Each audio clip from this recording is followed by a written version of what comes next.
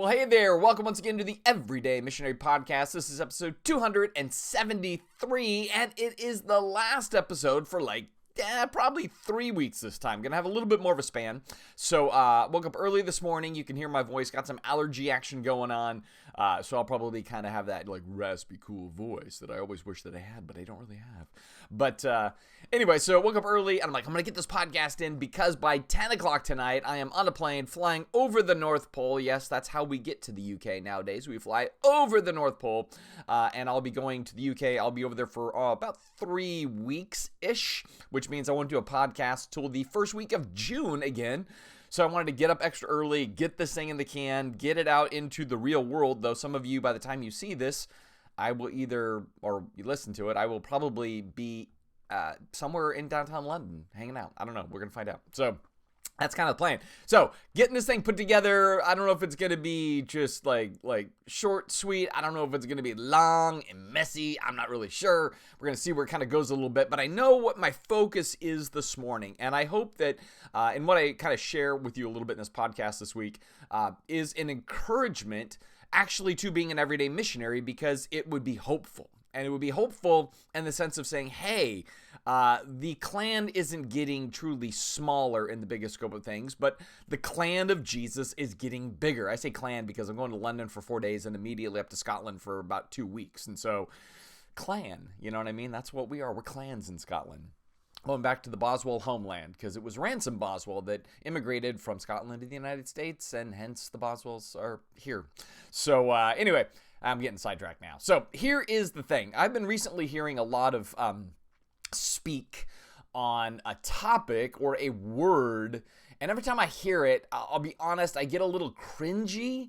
And I get cringy for more than one reason, right? So I get cringy in part because I think it is a little bit of an elitist word that gets used. I get cringy because I'm not sure any human should be allowed to use this word in some ways.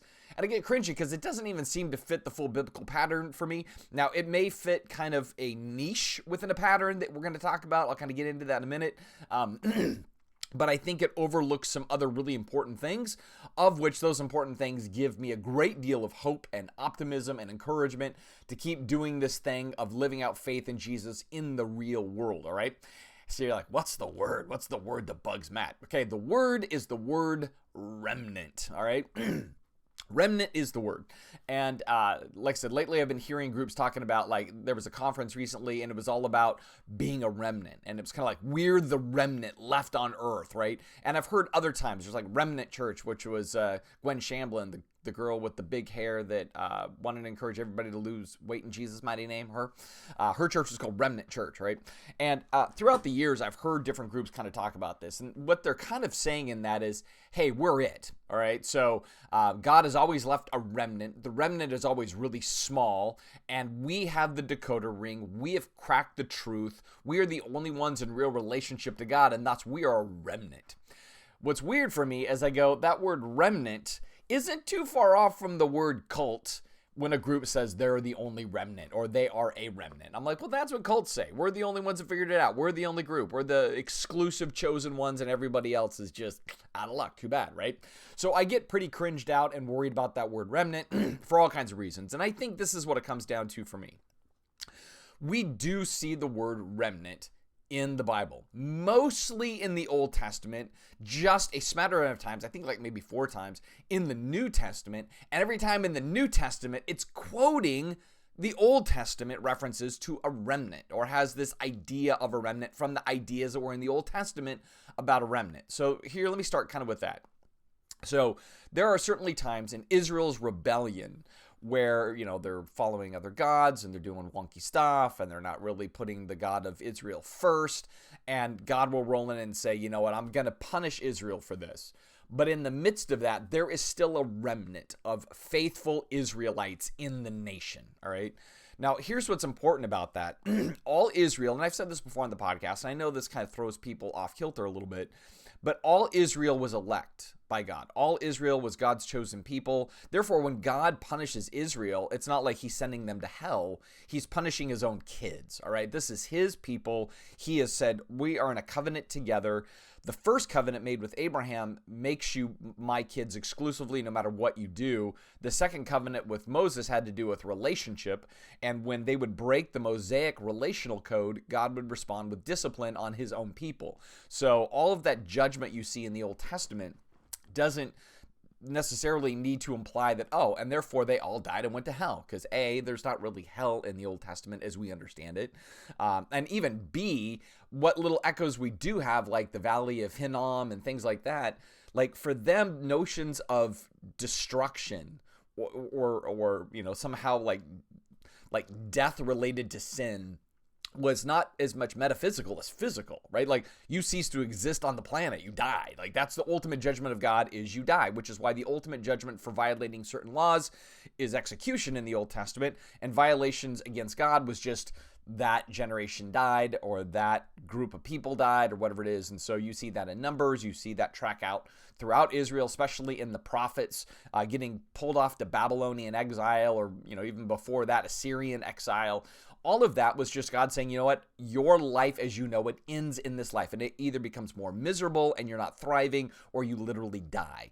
But then in that space, there was always then a remnant of people that were faithful to God in relationship with God and weren't going off the rails and doing crazy stuff, right? So God would reference a remnant versus the rest of the population as that faithful group. So then when you get into the New Testament, you see some of the writers, like in the book of Acts, you see Paul do it too, kind of refer to this remnant idea, not that we're supposed to grab onto it and say, oh, there's always still remnants today, right? Like that would be the idea, because the remnant concept was intentional for Israel as a nation, was related to, again, just a pocket of people that was staying faithful to the Mosaic code and the covenant of God. Even though the whole nation was under the Abrahamic covenant, they were staying faithful to the Mosaic covenant, right? That's kind of the idea of what the remnant was. I fast forward that into the New Testament and say the danger for us in that is A, the remnant language, we're not under Mosaic and Abrahamic covenants, right? So we're not functioning in that space. So that's part of it. But the other part of it is it seems that the remnant language was something that divine voice authorized. In other words, it's the divine voice that says, that's the remnant, or there is a remnant, or here is my remnant. What you don't have is human beings deciding, hey, we're remnants too. We're the remnant, because we think we're faithful enough to be the remnant. Like, as soon as human beings are discerning they're the remnancy, I don't know if that's a word, but if so, cool. If not, I just made it up. But when human beings decide their group is the remnancy or the remnant, I'm not sure they're authorized to give that labeling to themselves, right? Because then to me, I go, you're holding an authority, you are having or claiming a level of discernment that is beyond your pay grade. Like, you're not allowed to do that, right? Because we don't know, we know less than half of everything, right? And as you know, man, I'm a big believer in the fact that we all know less than half of everything.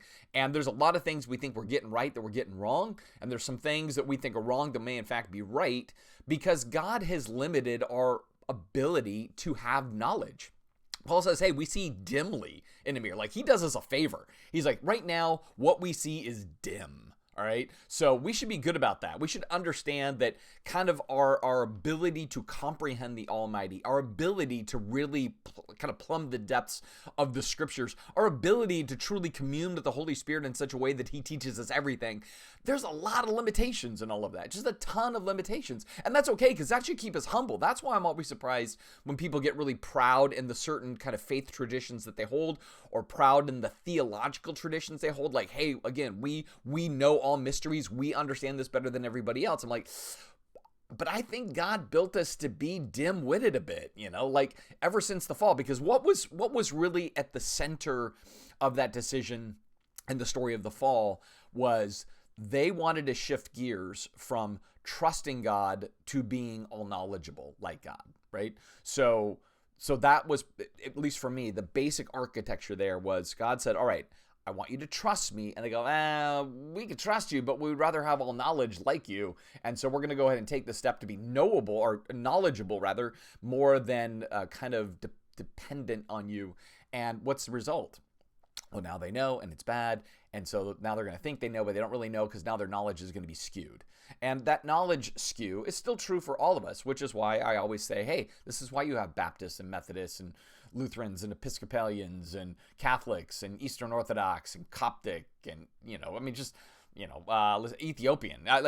There's pretty massive different variations of Christianity out there, because we're all looking at the same book. We're all looking at the same Jesus. We're all trying to figure out the same God. We're all kind of laced with the same Spirit, and we all disagree on a lot of this stuff because we see dimly, right? And it's okay. And I'm going to just say, and it's okay that we see dimly, because that's the circumstance, which is why then what we really should measure it by is not who's seeing less dimly, but who actually seems to be more like Jesus. Like, that's the real measuring rod, more than the data, right? It should be kind of the disposition that comes out in different Christian groups and sects and things of that nature, and individuals, where we go, hey, we see the character of Christ here, right? And that's what counts. We see the fruit of the Spirit here, and that's what really counts, because that's kind of the evidence of the life of God laid in the soul of people and playing itself out in the real world. So, that's always kind of the thing I think about in this, and thus, going back to the remnant idea, this notion that, again, we're the superior, or we're the elect ones, because that's kind of what's getting said in the remnant language. We're the elect ones.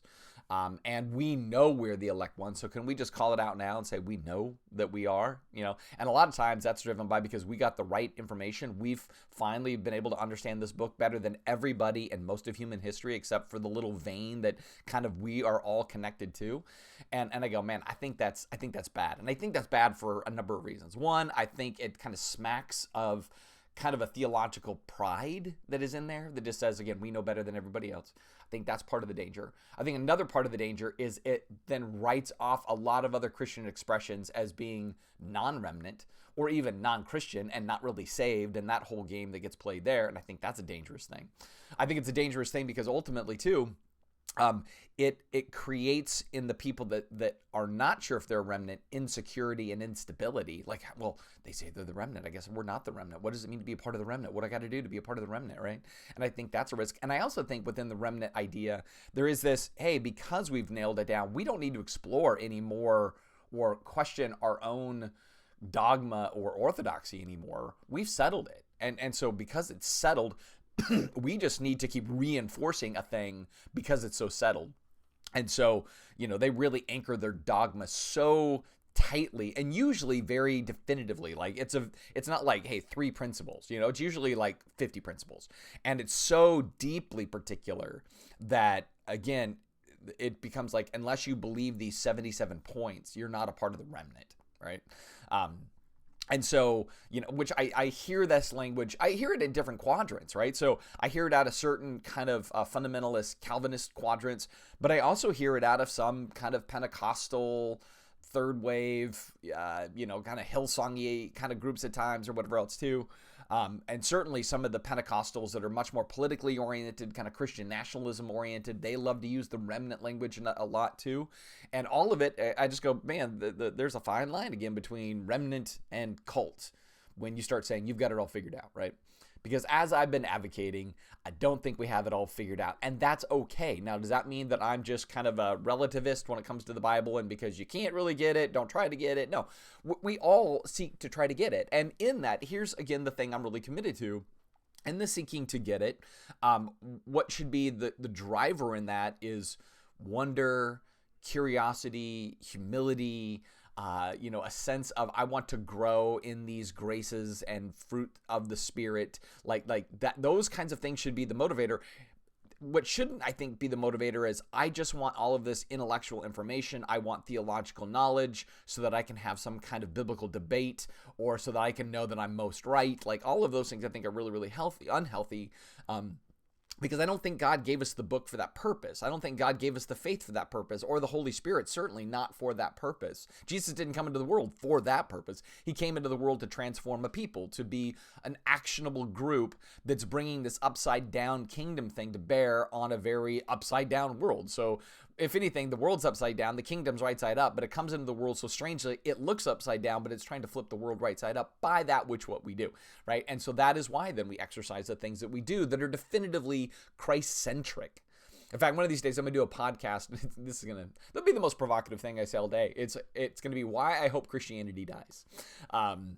And actually, I think Christianity will die. So that's the more provocative thing. I think Christianity will die, and what you'll have left over is the way of Christ.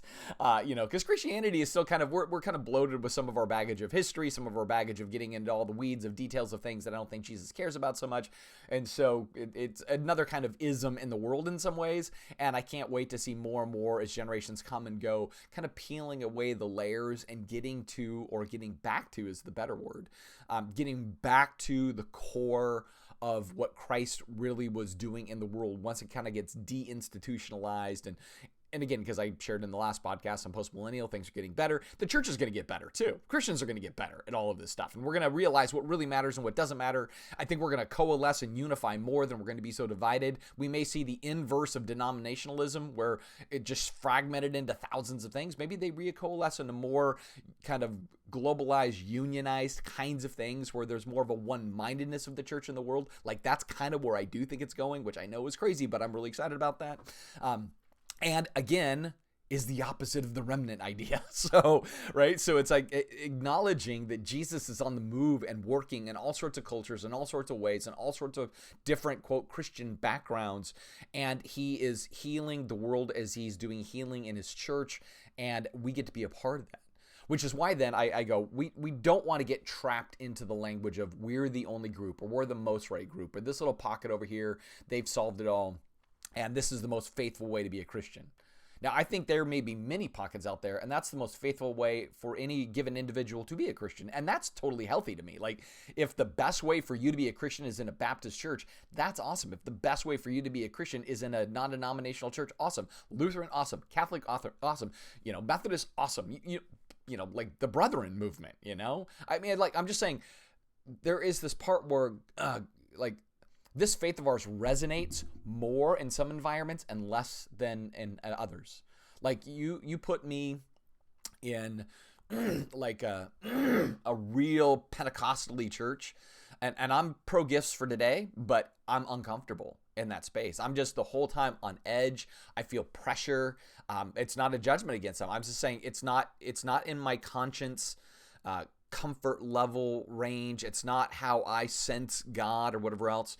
And so for me, I don't flourish in that environment, but I know a lot of people that do, and I'm grateful that they do. Now, is there things in that group that I go like, I don't agree with? Sure. And guess what? There's things in my group that go, I don't agree with, and they may be right. Because this is where I go back to the diversity of the church, the fact that nobody's got it all pinned down, and thus nobody is the remnant.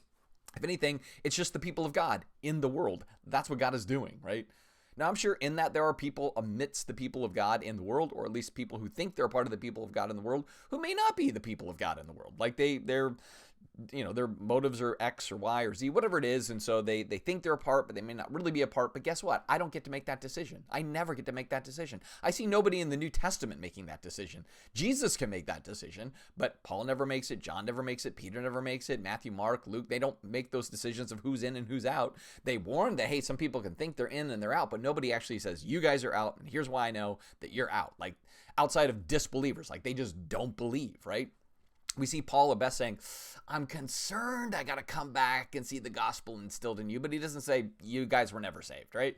So once again, I think Jesus is on the move in a lot of different places, in a lot of different ways, throughout this thing that we call the church, throughout this thing that we call, and I think will dissolve, called Christianity, because it will give way to truly just living the way of Christ. And some of that labeling and certainly some of the baggage and some of the unhealthiness that comes with organized religion will hopefully fade away and fall off over the course of time.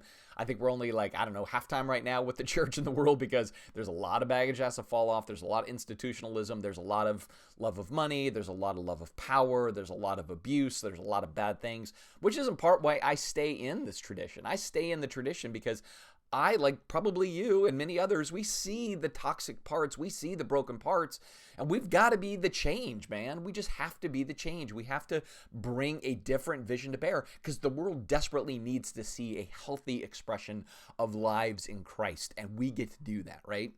So that's all what is important in that. And thus, again, I go back to why I'm not a fan of the remnant language. Now, what that means, I'm going to pivot out of kind of saying remnant 75 times in this podcast. What that does mean, though, is I think there are a lot more people, and I'm going to use our vernacular, I think there's a lot more saved people than we really think. I really do think that. I've been teased before by people that are close to me. They're like, Matt, your way is wide and your door is broad, And I go, yes, it is, which I know sounds very contrary to my favorite sermon, the Sermon on the Mount, right? So I'm going to explain that here in a second because I want to kind of touch base on that because I think it's really important because that's kind of the linchpin. I think part of what drives, I'm going to say it again, remnant ideas is the way is narrow, right? That's that whole thing. Difficult is the way. It's a tiny little door and a narrow little way, and few will get through it. And so, Matt, don't you get? Jesus told us almost nobody gets saved. Well, then we should all be nervous because only if you get saved, and in the world we're the largest, or like Christianity is the largest religion in the world. And then we're in a culture where like the New Testament warns of greed pretty heavily, and the love of money and all this stuff. Like, man, that really kind of shows you're not in kind of deal. And I'm like, we're in the wealthiest, richest nation in the world. We're all immersed in this. We should be very afraid that none of us in America are saved if that's the case. If it's this narrow, difficult way, and you have almost 2 billion people on the planet that claim to be Christians, that seems like, what are we going to do with all that? All right, so let me explain the Matthew passage and then take you to Revelation, and then take you to my closing thoughts. All right, so we'll take the plane up, and then we're going to land it and loop and all kinds of stuff. So anyway, so when it comes to that message in the Sermon on the Mount, where I'll read it to you here, enter by the narrow gate, for the gate is wide, and the way is easy that leads to destruction, and those who enter by it are many. For the gate is narrow, and the way that is hard, that's the one that leads to life, and those who find it are few. So you go, well, okay, there you go, Matt. Why destruction, narrow life, only the few find it? That must be the remnant, and they're all in the underground church in China right now, and the rest of us are doomed. Like, I don't know what we're going to be thinking about that. But see, I'm not sure, or at least I'm not sold, that what Jesus is saying there is like heaven and hell. I'm not sold on that. Here's why I'm not sold on that. There's a handful of reasons, but I'm going to try to keep it simple today. So I see this as getting to the conclusion of the Sermon on the Mount. And so he's rolling in and he's like, okay, I'm like a new Moses. This is a new Sinai presenting a new law based on kingdom principles. So under the old code, this is how we did things. But what he says there, even at the beginning in chapter 5, he's like, but you got to understand the purpose of the law is to have fulfillment. And now what he's saying is he is that fulfillment. So the law is being fulfilled in his presence. Thus, we're not going to continue the law as it's been. We're going to have a new law, right? So that's why like in chapter 5, 17 to 20, he's like, if anybody takes away from the law, they're least in the kingdom, right? But then immediately he's going to start amending things that have been in the law, right? Both kind of extracurricular style and actual Mosaic biblical style. He's going to kind of go after both and all of that, right? But what he's doing is, again, he's pointing out the fact that, hey, with the arrival of me is the arrival of fulfillment of the law. There's no law left for us to need to fulfill because Jesus is that fulfillment, which is why in Galatians 3, Paul says, hey, the law was a tutor to take us to Christ. Once Christ shows up, we don't need the tutor anymore, which is why Paul seemed to be, frankly, more anti-law than law, or he was more anti all of the details of the law, and he loved the heart of the law, which is to love your neighbor as yourself. Paul says that multiple times, so we kind of get that too, right? So Jesus rolls in, he's giving the Sermon on the Mount, and he says, okay, here's the attitudes you need to be. You need to be poor in spirit, and you need to be mourning and meek and merciful and hungering and thirsting for righteousness and pure in heart and peacemaking, and when persecuted, oh man, you put a smile on your face, right?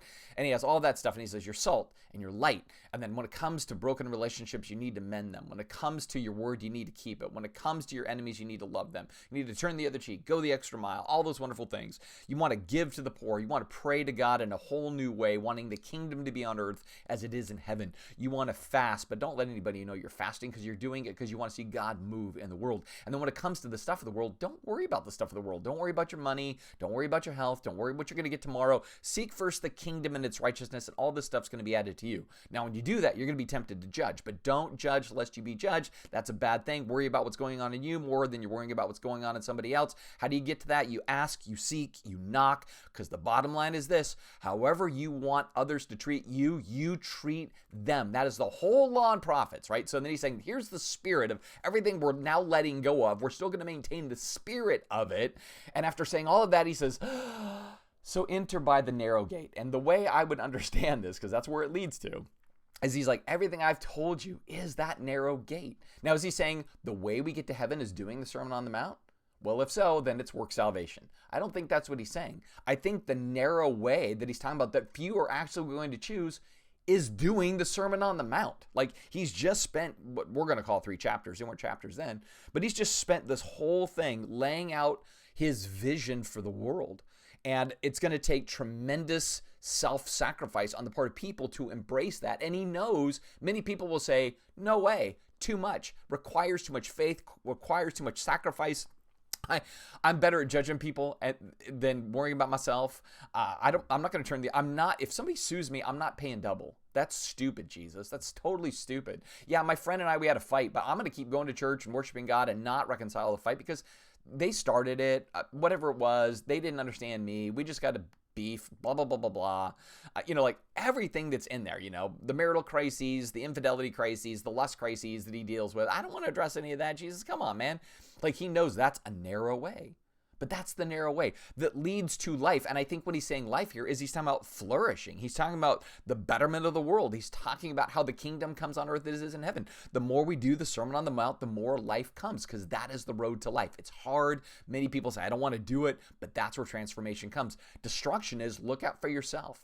Go your own way. Do your own thing. Don't turn the other cheek. Judge other people all you want. Yeah, have lust in your heart. Yeah, cheat on your spouse. Yeah, don't keep your word. Yeah, blow off the idea that persecution is to be done with joy. Instead, become the persecutor. Get a gun and make sure nobody can persecute your faith. That's the way to do it. Like, if you start thinking about this, that will lead to destruction, because the fuel of the kingdom is in the words of Jesus. And when you don't follow the words of Jesus, there's no fuel for the kingdom in the world. Because the kingdom's a world thing, right? The kingdom changes and transforms the world. This message is the message of transformation. Only by doing it will you see life in the world. And if not, then you'll see destruction. And see, Jesus is saying this to a population that they understand life and death, physical, as God's blessing or judgment. So all throughout the Old Testament, again, go back to that thing at the beginning of the podcast, all throughout the Old Testament, if you follow me, you will have flourishing and you will live. If you don't follow me, you'll have decay and you will have death. That was always physical. Right? There was no talk of the afterlife as the penalty marker there. It was always physical in their world. Jesus is coming to Israel, the last generation, and saying, if you don't choose life, it's going to result in death. If you don't choose life, it will be your eternal destruction. Your city will burn, your temple will fall, your people will be slaughtered, and you will be scattered and no more. Right? Things will end here if you don't embrace this message, my message, as the new Moses, new Sinai, new law. Boom. Right? So, that is the wide and narrow way. It's choosing the Sermon on the Mount. It's choosing to live by or reject the words of Jesus to execute this message. So I'm not sold that the context in all of that passage is about the gospel.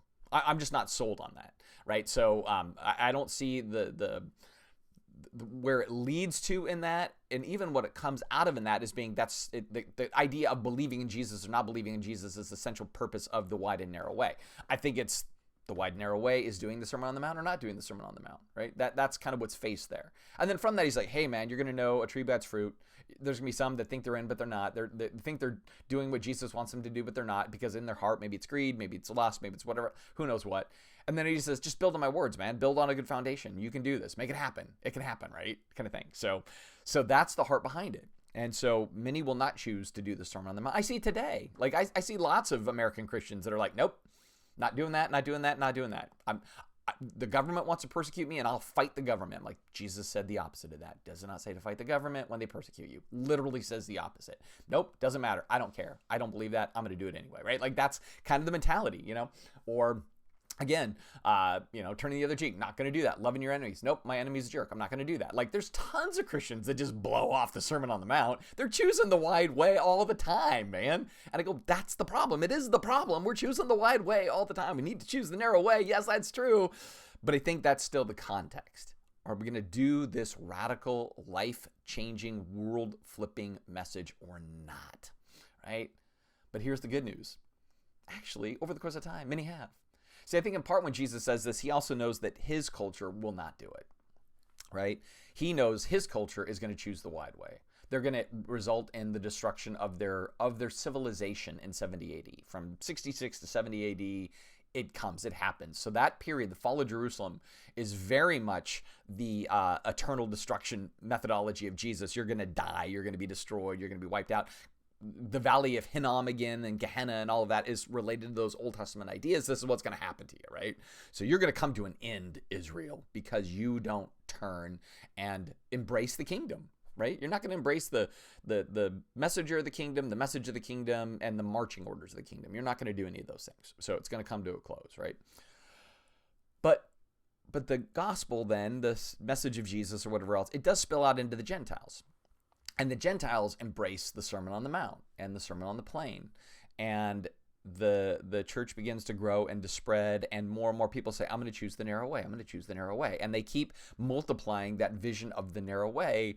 And Christianity, again, I'm using labels that I hope will spill away in time, but Christianity begins to grow and to spread, and lives begin to get changed. And the Roman Empire begins to change because of these changed lives who are taking serious the Sermon on the Mount, who are really doing the hard work of the stuff. They're choosing the narrow way of the hard way, but it's multiplying exponentially, right, in the lives of people. So that's kind of the paradox here. It's a narrow and difficult way. Few find it, but those who find it can multiply it. And others, maybe only a few that buy it, but then they multiply it. And there may be only a few that buy that, but then they multiply it. And now you got this hyper multiplier of expansion and growth and beauty unlocking in the world because they're taking this whole thing seriously. And see, if I fast forward to the end of the story then, what I see is it's not a few, right, that all could say, we found it, we were the remnant, we were always the remnant for thousands and thousands of years unfolding. There was a tiny band of us always figuring it out, we were the remnant. No, what we find is at the end of the New Testament, the book of Revelation, chapter 7, after this I looked and behold a great multitude that no one could number from every nation, tribe, people, language, all standing before the throne and the Lamb, clothed in white robes with palm branches in their hand, and they were crying with a loud voice, salvation belongs to our God who sits on the throne and to the Lamb. You can't even count the number. No one can count the number. Right? So it goes from narrow, difficult, few to a number so large you can't fathom the number that we're dealing with, right? That is cool to me. And that then reminds me that the language of a remnant skews what God is really doing in the world. Yes, it started small, like a mustard seed, grows into a great tree that the birds can land in, right? Like that's your vision. That's the vision we're supposed to have. And so in that, I think the other important part is to then remember as generations come and they're embracing some margin of the Sermon on the Mount, because I don't believe any generation embraces it fully. I don't believe any Christian embraces it fully. Like I honestly, when people are like, oh, people don't believe the Bible, people don't trust the Bible. I'm like, people in the church don't believe and trust the Bible. Not all of it. We all have our things where we say, that's too far, I'm not ready yet, I don't have the faith to do that, I'm too nervous to do that. That can't be, that's not commonsensical. Jesus couldn't have meant that. Like we all do that stuff. It's understandable, right? This is why I think there's a lot of grace given to those who are God's people. Because I think every one of God's people is just pocked full of error and truth, sin and the desire to obey, good days and bad days. Like that's just all there, which is why we're rescued by grace, which is why earlier, like I said, I hope we don't have to fulfill the Sermon on the Mount to be saved, because nobody's going to do it.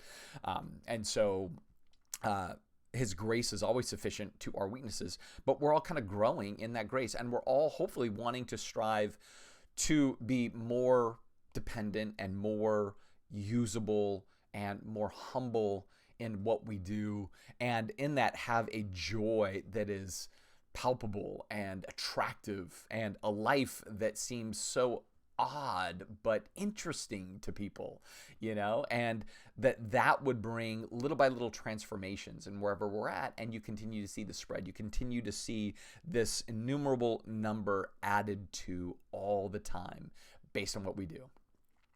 Maybe that brings me to my closer then. I said after kind of picking on Remnant, which is very tight with lots of details, and I go, I don't think it's really tight with a lot of details. I actually think this whole thing that Jesus pioneered is broader. I think it is in some ways harder to live the Sermon on the Mount than to have just a bunch of dogma code that we say this is the decider of people that are in or out. But in that too, I actually go, I think the core of what our faith is relatively simple. And that's what I would advocate. So I am a conservative, evangelical, Calvinish, as I've said before, post-millennialist, right? That's the little pond that Matt likes to swim in. Matt doesn't realize this pond is just a pocket of water in a much bigger ocean, and that's okay. Or if anything, maybe Christianity is like a cluster of grapes, and my grape is kind of this particular variation over here.